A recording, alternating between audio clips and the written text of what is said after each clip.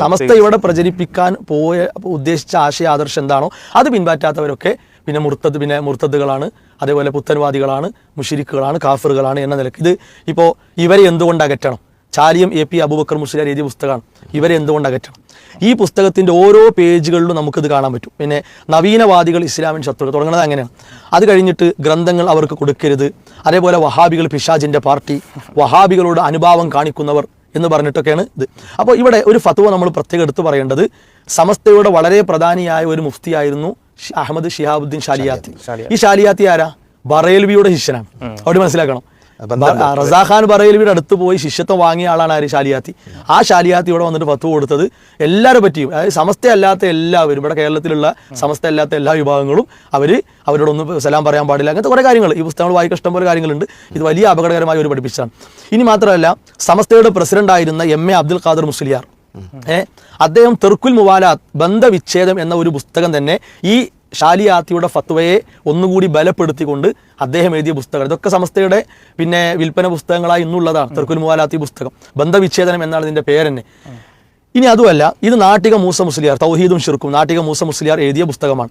ഈ പുസ്തകത്തിലെ ചില വരികൾ വായിക്കുക. ഇതിലെന്താണിതാ, ഇതിൻ്റെ 39ാമത്തെ പേജ് കാണാം. ചുരുക്കത്തിൽ, കഴിവ് അള്ളാഹുവിൻ്റേതും മനുഷ്യൻ്റേതും എന്ന് രണ്ടായി വിഭജിച്ച് അള്ളാഹുവിൻ്റെ ഗുണമാകുന്ന കുദറത്തിൽ ഇവർ മായം ചേർത്തിരിക്കുന്നു. അതിനാൽ ഒറിജിനൽ മുശ്രിക്കുകൾ ഇവരാണ്.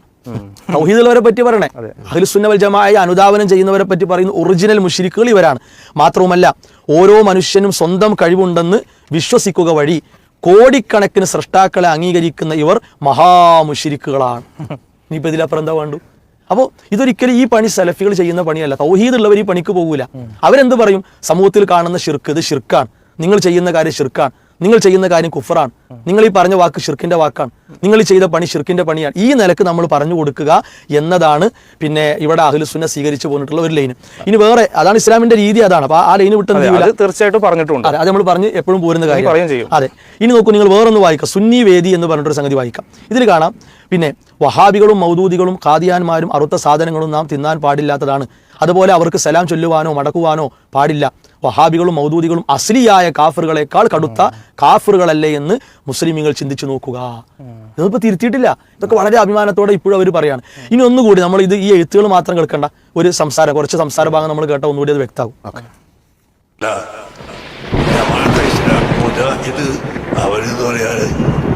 അവർ മാത്രമല്ല, ജമാഅത്തെ ഇസ്ലാമി ഇസ്ലാമിൻ്റെ പേര് കൊടുത്തിട്ടൊരു കൂട്ടർ അവരെ പ്രബോധനത്തിനും ഇത് തന്നെയാണ് എൻ്റെ ദൃഷ്ടിയിൽ രണ്ടു കൂട്ടരും മുസ്ലിമുകളെ അല്ല.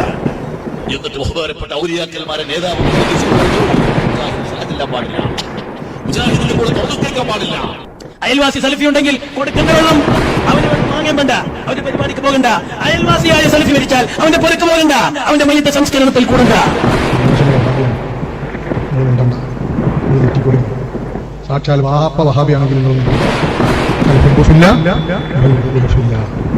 വാപ്പ വഹാബി മരിച്ചപ്പോൾ നിസ്കരിച്ചില്ല, നിസ്കരിക്കാൻ പാടില്ല. സാധാരണക്കാരെ ആൾക്കാർ വിചാരിക്കുന്നുണ്ടാവും വഹാബികൾ എന്ന് പറഞ്ഞാൽ അവർ മുസ്ലിങ്ങളല്ലേ. അങ്ങനെ പറഞ്ഞു, അതുകൊണ്ടല്ലേ പ്രസിദ്ധമായി ഇസ്ലാം പറഞ്ഞത്, നിങ്ങൾ അവരുമായി സലാം പറയാൻ പാടില്ല, അവരുമായി നിങ്ങൾ അവർ മരിച്ചാൽ നിങ്ങൾ അവരുടെ മയ്യത്ത് നിസ്കരിക്കാൻ പാടില്ല, അവരുടെ പുറകിൽ പോയി നമസ്കരിക്കാൻ പാടില്ല, അവർ നിങ്ങളെ വിരുന്ന് വിളിച്ചാൽ നിങ്ങൾ തിരസ്കരിക്കണം, അവരുമായിട്ട് ഒരു ഇടപാടിലും നമ്മൾ അവർ പേരെ നമ്മൾ. ഇപ്പം ഇത് പല മുസ്ലിയാക്കന്മാരുടെ സംസാരമാണ്. ഇത് എന്തിനാ വെച്ചാൽ ഇത് ഒരു ഏർപ്പാടാക്കി ഒരു പണിയാക്കി കൊണ്ടു നടക്കുന്ന ആളുകൾ ആരാണ്? ഇവർ തന്നെയാണ്. ഇത് സാധാരണക്കാരോട് ഒരു പിന്നെ ലജ്ജയും ഇല്ലാതെ ഇവർ പറയുന്നത് ഇവിടെ മുജാഹിദുകൾ കാഫിറാക്കാൻ നടക്കുകയാണ്, മുശ്രിക്കാക്കാൻ നടക്കുകയാണ്, നമ്മളെ ദീനിൽ നിന്ന് പുറത്താക്കാൻ നടക്കുകയാണ്. എന്തൊരു അപകടകരമായ രീതിയാണ് ഇതൊക്കെ. നാളെ അള്ളാഹുവിന്റെ കോടതിയിൽ ഇതൊക്കെ ഹാജരാക്കപ്പെടുമെന്നൊരു പേടി ഇവർക്ക് വേണ്ടേ? യഥാർത്ഥത്തിൽ പിന്നെ ഇവരിപ്പോൾ പറഞ്ഞല്ലോ മുജാഹിദുകളാണ് കാഫിറാക്കുന്നത്. അപ്പോൾ നമ്മൾ കുറേ പ്രസംഗങ്ങൾ കേട്ടു. കന്തൂർ AP മുസ്ലിയാർ, ചെറിയ AP എന്ന് പറയുന്ന മുസ്ലിയാർ, അങ്ങനെയുള്ള ആൾക്കാരൊക്കെ കേട്ടു. ഇവരൊക്കെ ശരിക്കും മുജാഹിദുകൾ സലഫികൾ കാഫിറാണ്, മുസ്ലിം അല്ല, പിന്നെ വളരെ പച്ചയായിട്ട് പറയുന്നത്. അപ്പോൾ മുജാഹിദുകളാണ് ഷിർക്ക് കാഫിറാക്കുന്നവരെന്ന് പറയുന്നവർ ഈ ഉസ്താദ്മാരുടെ പ്രസംഗങ്ങൾക്ക് മറുപടി എന്ത് ചെയ്യണം? സാധാരണക്കാരോട് പറയണം. അത് വ്യക്തമാക്കേണ്ട അത്യാവശ്യം. ഇതിപ്പോൾ ഒരു വിഭാഗം ചെയ്യുന്നുണ്ട് എന്ന് ചെയ്യാത്ത കാര്യം പറഞ്ഞിട്ടാണ് പറയണത്. ഇതൊക്കെ ഇവിടെ ബാക്കിയാണ്. ഇതിനെ ഒരു മറുപടി പറയട്ടെ. ഇനി അതുമല്ല, ഇനി നമ്മൾ അടുത്തൊരു അപകടം കാണേണ്ടത് വരും. ഈ പണി ഇവർ മുവഹിദുകൾക്ക് നേരെ ചെയ്ത് അവസാനം പല വിഷയത്തിലും എന്ത് ചെയ്തു, ഇവരും അങ്ങനെ തന്നെയാണ് എന്നിടത്തേക്ക് പരസ്പരം ഷിർക്കും കുഫറും ആരോപിക്കുന്ന പണിയിലാണ് കുറേ കാലങ്ങളായിട്ട് സമസ്ത ഉള്ളത്. അതിൻ്റെ ഒരു വലിയ തെളിവാണ് സമസ്തയിലെ പിന്നെ കൂറ്റനാട് മുസ്ലിയാർ, അദ്ദേഹം ഖുർആൻ പരിഭാഷ നടത്തി. അപ്പോൾ ആ ഖുർആൻ പരിഭാഷ ശരിയല്ല, അത് ഭയങ്കര പ്രശ്നമാണ് എന്ന് പറഞ്ഞിട്ട് എന്ത് ചെയ്തു, ഹസൻ മുസ്ലിയാർ അന്ന് തഹദീറുൽ യഹ്വാൻ മിൻ തർജമത്തിൽ ഖുർആൻ എന്ന് പറഞ്ഞ പുസ്തകം എഴുതി. ഇതിൽ ശരിക്കും കൂറ്റനാടിനെ അടച്ചാക്ഷേപിക്കുകയാണ്. കൂറ്റനാടിൻ്റെ ചെയ്ത പണിയെ ഭയങ്കരമായിട്ട് ഹസൻ മുസ്ലിയാർ എന്ത് ചെയ്യാണ്, പലതും പറഞ്ഞ് വിമർശിക്കുകയാണ്. അതിന് പുറമെ സിറാജിൽ വന്ന ഒരു വാർത്ത എത്ര നമ്മൾ വായിച്ചതറിയോ, സിറാജിൽ 1988 നവംബറിൽ വന്നൊരു വാർത്ത എന്താ വെച്ചാൽ, ഖുർആൻ പരിഭാഷ തികച്ചും അബദ്ധജടിലവും തോന്നിമാസവുമാണെന്നും അതെഴുതിയുണ്ടാക്കിയ വകയിൽ കൂറ്റനാട് മുസ്ലിയാർ മുർത്തദ്ദും കാഫിറുമായിട്ടുണ്ടെന്നും അന്ന് സമസ്ത സെക്രട്ടറി ഫത്വ പുറപ്പെടുവിച്ചു. ജനങ്ങൾ മറന്നിട്ടില്ല. ഫത്വ കൊടുത്തു കാഫിറും മുർത്തദ്ദുമാണ്. ഷാലിയാത്തി കൊടുത്ത് എല്ലാവരും സിറാജിൽ ഇന്നും കാന്തൂർ വിഭാഗത്തിന്റെ ഔദ്യോഗിക പത്രമാണത്. ഇനി മാത്രമല്ല, കണ്ണിയത്തൊരു പ്രസിഡന്റാണ് സമസ്തന്റെ. കണ്ണിയത്ത് അഹമ്മദ്, പിന്നെ കണ്ണിയത്ത് മുസ്ലിയാർ, അദ്ദേഹം ഈ സമസ്തയിൽ പ്രശ്നങ്ങളൊക്കെ ഉണ്ടായല്ലോ, കാന്തപുരം വിഭാഗമൊക്കെ ഉടഞ്ഞ് വേറെ പോയാണ്ട് പ്രശ്നങ്ങളൊക്കെ ഉണ്ടായപ്പോൾ കണ്ണിയത്തൊരു ശാപപ്രാർത്ഥന എപ്പോഴാണ് നടത്തുക, അത്രയും പരിക്ക് വന്നുകൊണ്ടാണല്ലോ. എന്താ പറയണത്, സമസ്തക്കെതിരെ കേസ് കൊടുത്തവർക്ക് ആരും ഒത്താശ ചെയ്ത് കൊടുക്കരുത്, അവരുടെ യോഗത്തിൽ പങ്കെടുക്കരുത്, സമസ്തക്കെതിരെ കേസെടുത്തവരെ അള്ളാഹു മുഖം കെടുത്തട്ടെ, അവരെയും അവരുടെ അഹ്ലുകാരെയും അള്ളാഹു ഖൈറിലാക്കാതിരിക്കട്ടെ. ഇത് കണ്ണിയത്തിന്റെ പ്രാർത്ഥന എന്ന പേരിൽ മൊയ്തീൻകുട്ടി ഫൈസി വാക്കോട് എഴുതിയ പുസ്തകത്തിലെ 10ാം പേജിൽ നിന്നാണ് വായിക്കുന്നത്. അപ്പോൾ ഇതിനൊക്കെ ഇപ്പം എന്താ സമൂഹത്തോട് പറയാം? ഈ പണി ഇത് ഇങ്ങനെ കാഫിറാക്കലും മുശ്രിക്കാക്കലും പരസ്പരം തമാശയായിട്ട് ഇങ്ങനെ തട്ടി ഇങ്ങനെ എറിഞ്ഞു കളിക്കാനുള്ള സംഗതിയാണ്, അവർ ഗൗരവമുള്ള കാര്യമല്ലേ. ഇവിടെ മുവഹിദുകളെ നേരെ, പ്രമാണ നിഷ്ഠയുള്ളവരെ നേരെ നോക്കിയിട്ട് പറയാം എല്ലാവരും കാഫിറാക്കാണ് മുശ്രിക്കാക്കാണ് എന്ന് പറയാം. ഇവർ സ്വയം ഈ കാര്യങ്ങൾ ചെയ്തുകൊണ്ടിരിക്കുക. ഇനി ഇപ്പോൾ ലൈവിൽ നിൽക്കുന്ന ആളാണ് CM മടവൂര്. ആ CM മടവൂര് EK മുസ്ലിയാരെ കാഫിറാക്കിയത് വലിയ ചർച്ചായ കാര്യമാണ്. അവരെ പ്രസിഡന്റായിരുന്ന ഉള്ളാൾ തങ്ങൾ പ്രസംഗിച്ചത് ഇപ്പോഴും കിട്ടും. അതിന് എഴുതി കുട്ടികത്തിലുണ്ട്. ഇപ്പൊ സുന്നി അഫ്കാറിൽ ഉള്ളാളിന്റെ കഫറ പ്രയോഗവും ഇല്ലാതായ ഖാസി സ്ഥാനവും, കാഫിർ കഫറ എന്ന് പ്രത്യേകം പറഞ്ഞ് EKനെ കാഫിറാക്കിയത്.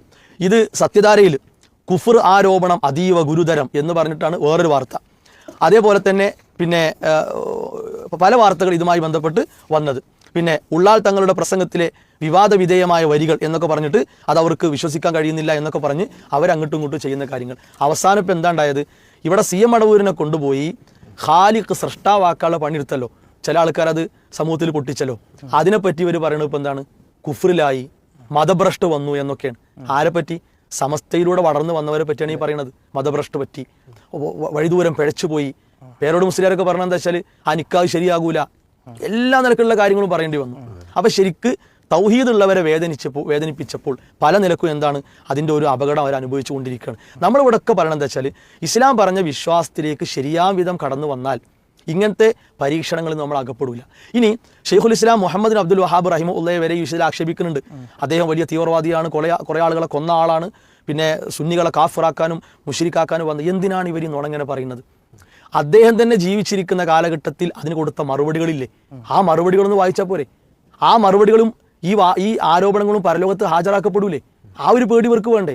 എന്നിട്ട് ഈ ഇസ്ലാം വിരോധികളായിട്ടുള്ള സൂഫികളും ഷിയാക്കളും ഷെയ്ഖുൽ ഇസ്ലാമിന് നേരെ എഴുതിവിട്ട ആരോപണങ്ങൾ എടുത്തിട്ടാണ് ഈ സാധാരണക്കാർക്കിടയിൽ എന്ത് ചെയ്യണത്, ഇവർ പ്രസംഗിച്ച് നടക്കുന്നത്, എഴുതി വിടുന്നത്. ഇവിടെ ഹംസ കോയബാക്കയും മുന്നൂർ എഴുതിയ പുസ്തകമുണ്ട്, ഞാൻ ആ പുസ്തകം കാണിച്ചല്ല. ഈ പുസ്തകത്തിൻ്റെ തുടക്കത്തിൽ എന്തൊക്കെ കളവുകളാണ് ഇയാൾ കുത്തി നിറച്ചിരിക്കുന്നത് അറിയും ഷെയ്ഖുൽ ഇസ്ലാമിനെ കുറിച്ച്.